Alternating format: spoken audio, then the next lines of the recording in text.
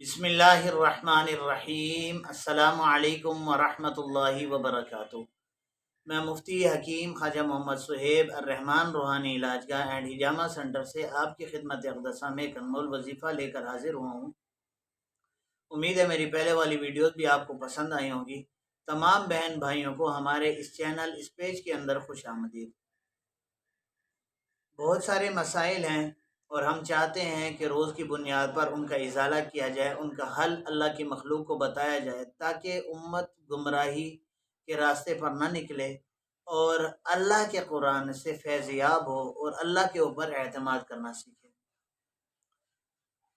آج انسانیت جو ہے، تمام انسانیت، مسلمان تو ہیں ہی بہت زیادہ، دو چیزوں کا شکار ہے: خوف، رزق قلت۔ اب ان کی میں وجوہات بھی بتاؤں گا۔ ہر انسان کسی نہ کسی خوف میں مبتلا ہوتا ہے۔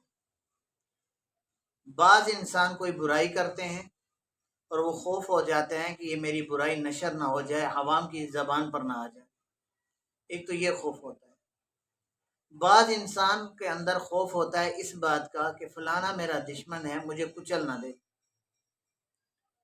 اب اس کی بھی پھر دو صورتیں ہیں: یا تو وہ دشمن کچلے گا، سامنے مار پیٹ کرے گا، بد اخلاقی سے پیش آئے گا، گالیم گلوچ دے گا، یا ایک ایسا خوف کہ وہ روحانی مسائل کا شکار ہے۔ آپ سمجھتے ہیں کہ یار اس کا بڑا ادھر ادھر تعلق ہے تو یہ گمراہ انسان ہے، ایسا نہ ہو کسی جادو والے کے پاس چلا جائے اور مجھ پر جادو کرا دے، یہ بھی ایک خوف ہے۔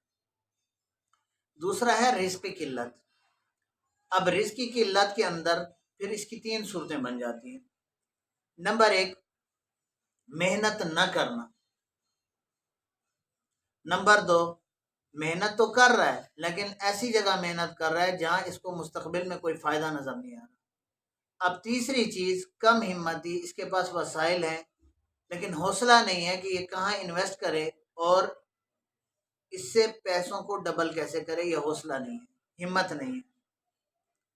اب اس میں رزق کی قلت کہاں پیدا ہوتی ہے؟ سب سے پہلی چیز ہے کہ سستی، کام ہی نہیں کرتے، بس پڑے رہنا ہے، سوچ سوچ کے اپنا دماغ خراب کرنا ہے۔ اسی لیے اللہ کے پیارے محبوب صلی اللہ علیہ وسلم نے ایک دعا سکھلائی ہے: اللہم انی اعوذ بک من الہم والحزن واعوذ بک من العجز والکسل واعوذ بک من الجبن والبخل واعوذ بک من غلبۃ الدین وقہر الرجال۔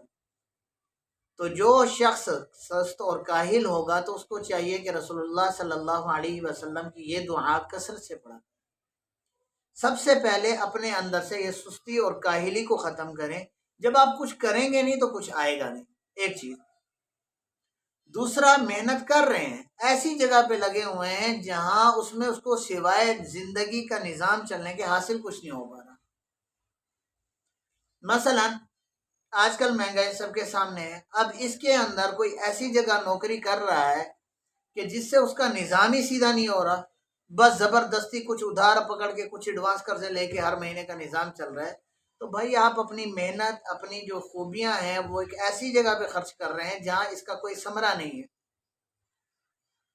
اللہ نہ کرے آپ کے ساتھ کوئی حادثہ پیش آ جائے تو اس کے بعد کچھ بھی نہیں ہے، آپ کے بچے بے سہارا ہیں، آپ کے گھر میں اہل و عیال جو آپ سے امیدیں وابستہ لگا کے بیٹھے ہیں ان کی زندگی کا کچھ بھی نہیں ہے۔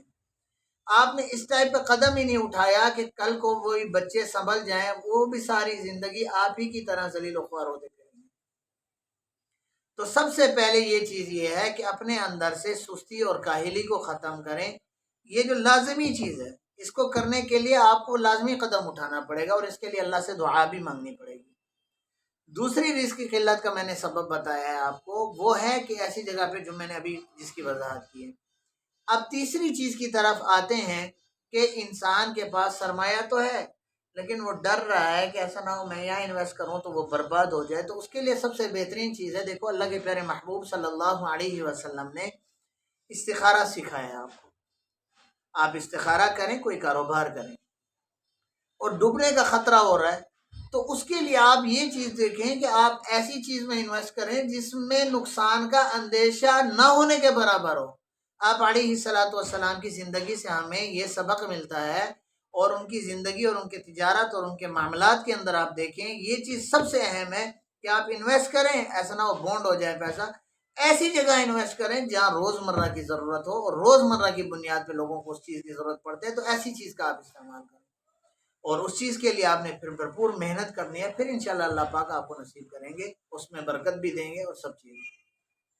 اب آتے ہیں اس کے اوپر برکات کے لیے، بہت سارے لوگ ہمارے پاس آتے ہیں کہ حضرت ہمیں خوف رہتا ہے دشمنوں کا، وہ روحانی ہو یا جسمانی ہو، حضرت ہمیں خوف رہتا ہے اس بات سے کہ ہمارا رزق بھی پورا ہوگا یا نہیں، ہم محنت کر رہے ہیں۔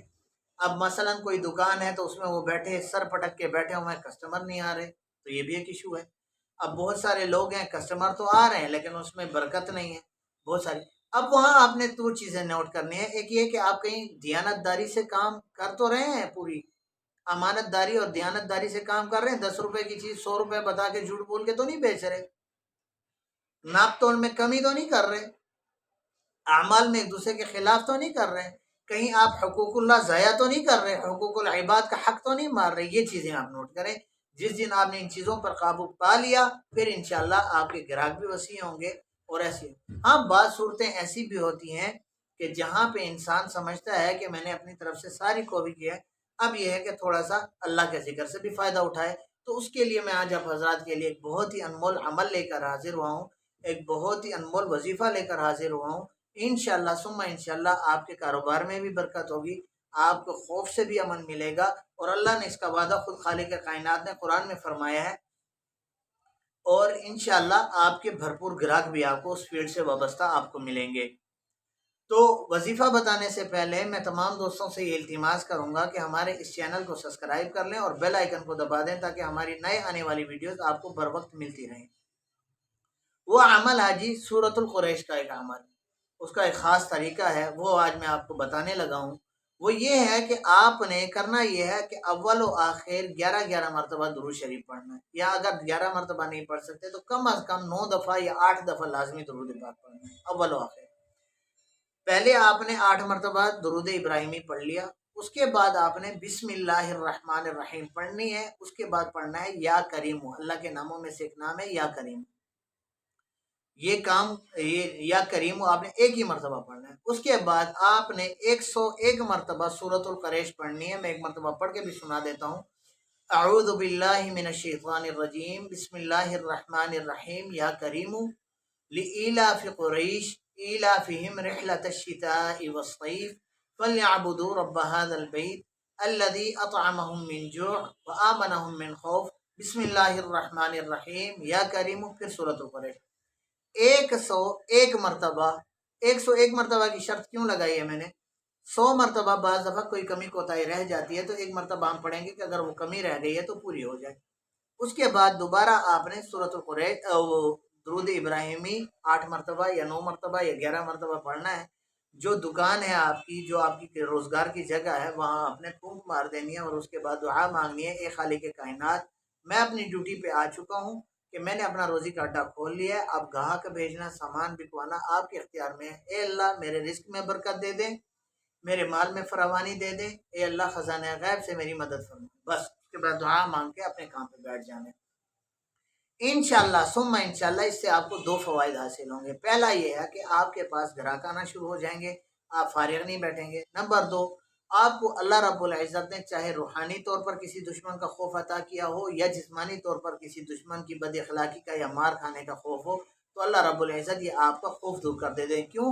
اس میں اللہ اس آیت سورۃ القریش کے اندر ایک آیات ہے، الذی اطعمہم من جوع، خالق کائنات فرماتے ہیں کہ میں وہ ذات ہے اللہ جو بھوکوں کو کھانا کھلانے کی قدرت رکھتی ہے، اور اسی طرح خوف والوں کو امن دلانے کی قدرت رکھتی ہے۔